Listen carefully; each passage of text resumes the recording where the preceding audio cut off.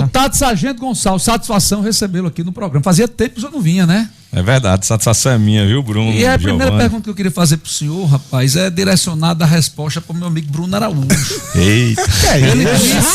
Já, né, Bruno? Ele tá disse... querendo criar treta, viu? Ele disse que a segurança do Rio Grande do Norte nunca esteve tão boa. O senhor concorda ou discorda?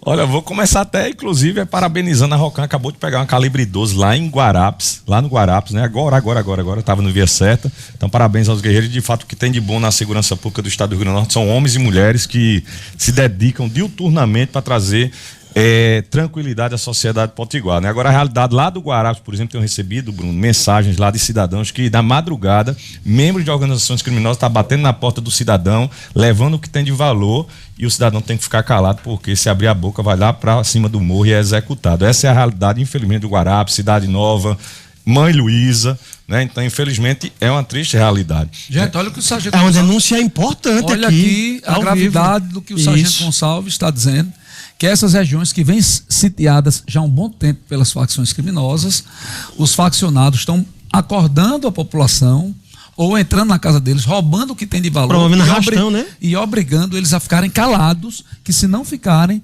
poderão ser executados, o que vem acontecendo no Rio de Janeiro. Essa realidade da segurança não é a realidade só das regiões aqui em Natal, né? A gente roda o estado do Rio Grande do Norte, não tem um município que eu vá que não tenha uma região que esteja dominada pelo crime organizado. Ou seja, o crime hoje não é mais tráfico de drogas apenas, mas é domínio de território. Isso é muito grave, sobretudo aquelas cidades ali que fazem fronteira com as cidades do Ceará. É o crime organizado avançando dentro do estado do Rio Grande do Norte, é meio que silencioso, vai reduzindo os crimes violentos, de patrimônio, os crimes de patrimônio. Roubo e furto, por exemplo. Gonçalves, uma parte das pessoas, por motivos ideológicos, por simpatia, diz que você é um deputado de um mandato só. E aí eu quero perguntar, qual sua perspectiva e sua expectativa, você é candidato à reeleição pelo PL, para as eleições de 2026? Normalmente eu já começo respondendo que eu não sou profissional, né, da política, né? Eu sou, não é? Graças a Deus, sou servidor público, sou concursado. Um dos concursos que eu passei, um dos outros concursos que passei, decidi assumir, de fato me realizei na Polícia Militar, tenho 20 anos de policial militar, mas de fato estou cumprindo uma missão na Câmara Federal. E o povo é o patrão, vai decidir no mês de outubro, se de fato esse servidor político não é estrela, é servidor público, temporário, e o povo patrão vai decidir se permanece ou não. Mas há claramente uma percepção que o senhor ampliou em muito suas bases eleitorais. O senhor foi eleito com 40 mil votos, se eu não me engano. 56 mil votos.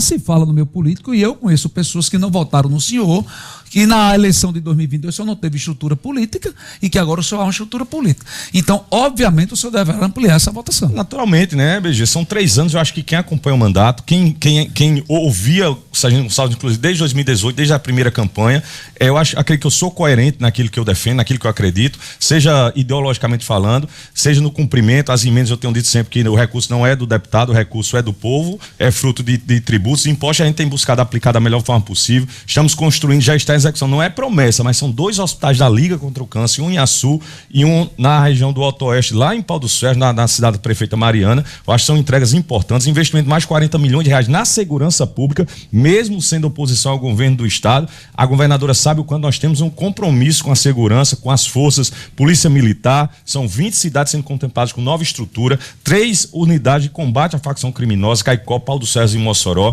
Armamento, só pistola tá para chegar, se Deus quiser, no máximo até março, são 3.150 pistolas calibre 9mm, 300 fuzis, ou seja, eu digo que depender do mandato Sargento Gonçalves, o bandido não vai ter vida fácil. Então acho que talvez a insatisfação, a preocupação de reeleição não, talvez da criminalidade, do crime organizado, um deputado desse vale a pena estar lá e permanecer, né? Leis que a gente tem buscado, nós temos dado resposta na Câmara Federal, eu digo que são os cânceres da segurança pública, o sentimento hoje ainda não é ideal, não é o que eu quero enquanto operador, enquanto policial, enquanto conservador, mas nós temos a resposta à audiência de custódia, hoje crimes no que depender da Câmara Federal, está lá no Senado, a responsabilidade a gente passou a bola, aprovamos. A audiência de custódia, crimes graves, demos uma resposta, não pode ser, no caso vai direto para preventiva.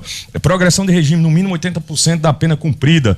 A saidinha temporária, conseguimos inclusive derrubar o veto do presidente. Ou seja, são respostas que nós temos dado, seja legislativamente falando, seja através de emendas parlamentares. Então, eu estou cumprindo a missão. Agora, era um sargento de polícia, saiu de uma viatura, foi para dentro do Congresso Nacional, o Covil de Lourdes, né? 513 deputados, cada um pensando do jeito. um momento de instabilidade institucional, política no nosso país, mas eu acredito que mesmo com a inexperiência, naturalmente, eu costumo dizer, sou um recruta na política, 3 anos de mandato, eu acredito que nós temos cumprido a nossa missão, e prova como eu digo, não sou eu que digo, é fato, por exemplo, hoje no país eu sou o 4º deputado mais opositor ao governo de esquerda. É o que eu me propus, faço oposição ao governo e faço de uma forma, eu acredito, de uma forma bem direta. O senhor acha essa oposição equilibrada que o senhor faz ao governo? Era mais ou menos aí que eu queria entrar. Deputado, se você busca imediatamente no Google seu nome e coloca lá em notícias, a maior parte das notícias que aparecem, e aí eu não sei se por conta dos acessos, se é porque repercute, é o que engaja de fato, são notícias negativas, principalmente relacionadas a polêmicas protagonizadas pelo senhor, que vão desde da questão de costumes até em relação à questão de direitos humanos, quando o senhor coloca um outdoor que diz que bandido bom é bandido, que inclusive foi alvo de uma ação do Ministério Público. Eu pergunto, o senhor ser visto muito por conta deste tipo de polêmica é interessante para o senhor, enquanto representante do povo, enquanto deputado, o senhor acha que essa visibilidade é positiva para o seu mandato? E a segunda pergunta, aproveitar nossa conversa aqui, na eleição que o senhor foi eleito, o senhor teve a possibilidade de disputar e estar junto de outros parlamentares que tiveram muitos votos. Isso possibilitou uma bancada importante do PL aqui do estado. E ainda fez uma dobradia com Lagartixa, com o Wendel Lagartixa, e isso obviamente potencializou.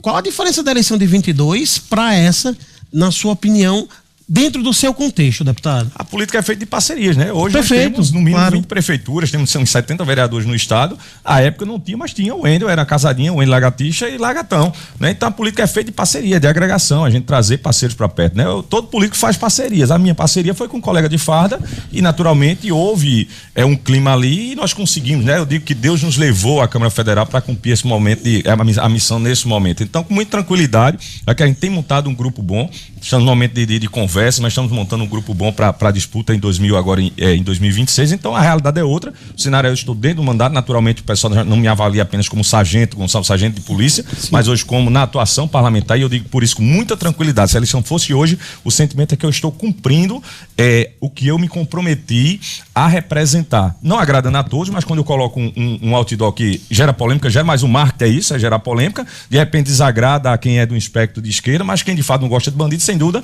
se sentiu ali representar. Lembrando que, inclusive, eu nem completei a frase, né? Ficou para mexer com o imaginário do povo do Rio Grande do Norte. Mas o senhor entende que é de forma positiva, então? Positivo, sem dúvida, é marketing. Se gerou, que até quem não gosta publicou, então foi positivo. Pegando essa linha do senhor de positividade, e o senhor disse agora há pouco tempo que o senhor se considera conservador, e as pautas que o senhor defende no Congresso são claras.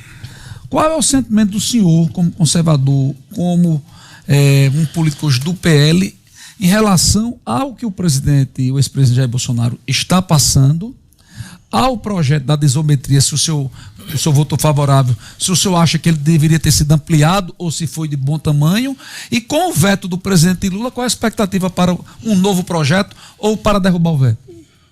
Eu não tenho dúvida que o Congresso tem maioria para derrubar o veto. Nós teríamos hoje, inclusive, maioria do Congresso para se aprovar a anistia ampla, geral e restrita, que seria de fato fazer justiça ou impedir essa injustiça, que continue essa injustiça que está acontecendo. Não estou tratando aqui apenas do presidente Bolsonaro, mas são dezenas, centenas de cidadãos que estão sendo injustiçados, perseguidos. Eu vou citar aqui a nível de Rio Grande do Norte, seu Maxwell e dona Francisca lá de Parnamirim, estão com tornozeleira eletrônica, cidadãos fichas limpas. Dona Francisca tirou 3 meses de prisão no Colmeia, seu Maxwell tirou 6 meses, estão com tornozeleira. Seu Maxwell fala comigo, ele faz transporte lá, frete. E ele está com uma limitação, o Alexandre Moraes colocou na tornozeleira, que ele não pode sair de Parnamirim, ou seja, o cara faz frete e sobrevive daquilo ali. Um cidadão de bem. Ele estava no Rio de Janeiro? Não estava no Rio de Janeiro. Ele não estava lá em Brasília? Ele chegou na madrugada do dia 9, o ônibus parado na BR, ele pegou um Uber e foi até a frente do quartel. O exército que era para proteger o cidadão, infelizmente, agiu de forma covarde, levou... Quer dizer, ele não entrou em nenhum prédio. Não entrou em nenhum... Ele chegou no dia seguinte. No dia seguinte em Brasília. No dia seguinte em Brasília. Essas pessoas tiraram dona Francisca 3 meses de prisão no Comé, seu Maxwell 6 meses e estão de tornozeleira. É uma prisão. Não deixa de ser um cerceamento de liberdade, né? Estão passando essa situação impedidos de trabalhar por conta dessa limitação. E pegaram pena. Não, estão pagando, na verdade. Mas ficaram na cadeia. Então não tem como você...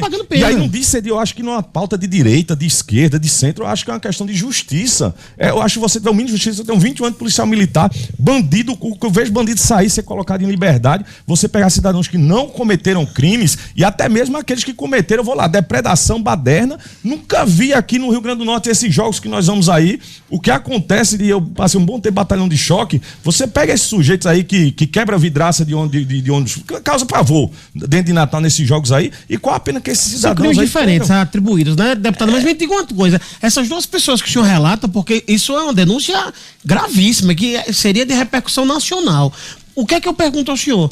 Essas pessoas comprovaram, no caso do senhor, o fretista, ele de fato chegou no dia 9, ele comprovou isso no processo? Está comprovado, igual a ele, tem outras dezenas. Nós temos uma comissão especial sobre o dia 8 de janeiro lá, e são diversos, semanalmente, diversas pessoas vão lá testemunhar, advogados, com a OAB, estão lá na defesa, apresentando provas, mesmo sendo cerceados do direito de defesa, e nós sabemos disso, que isso aí é público, vários advogados se pronunciam, grupo de advogados nessa questão aí. Então, infelizmente, é uma instabilidade institucional e jurídica no nosso país que nós passamos, e como eu digo, não é pauta de direito, de esquerda, eu acho que liberdade e de respeito a todo o povo brasileiro. Mas sobre a situação do ex-presidente Bolsonaro, o senhor tem acompanhado? Ainda mais crítica, é o maior líder da direita da América Latina, um dos maiores líderes do mundo, e infelizmente está sendo perseguido, muito clara a perseguição política, uma prisão política sobre o presidente Bolsonaro, 70 anos de idade, vem de um problema de saúde desde 2018, proveniente de uma facada de um ex-filiado do PSOL, de um partido de esquerda,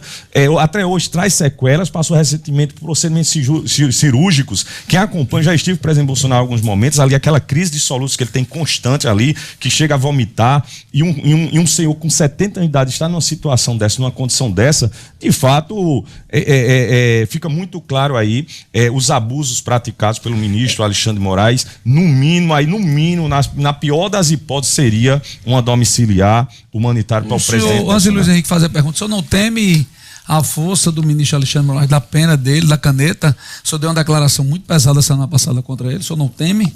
Eu pedi até desculpa aos estabelecimentos lá da Zona Norte, né? Porque eu citei um aqui da Zona Sul, mas de fato, felizmente, esse é o sentimento de todo cidadão brasileiro de bem, cidadão que tem o mínimo senso de justiça, a realidade de fato. Essa realidade do Banco Master expõe ainda mais a imoralidade que é, infelizmente, a fedentina que é a Suprema Corte do nosso país. Estou respondendo um processo, inclusive, a abolição violenta do Estado Democrático de Direito. O relator não precisa nem dizer quem é, né? É o tirano Alexandre de Moraes. Abolição, violência do Estado Democrático de Direito, golpe de Estado e citação ao crime pela postagem de um vídeo nas redes sociais. Então, se a gente está falando de um parlamentar, você que nos ouve, se um parlamentar está sofrendo esse nível de perseguição, pedindo 12 anos e 6 meses de prisão, de reclusão, né? Se um parlamentar sofre esse nível de perseguição, artigo 53 já é muito claro lá na Constituição. Mas se o parlamentar sofre essa perseguição, imagine você, cidadão comum, mero mortal.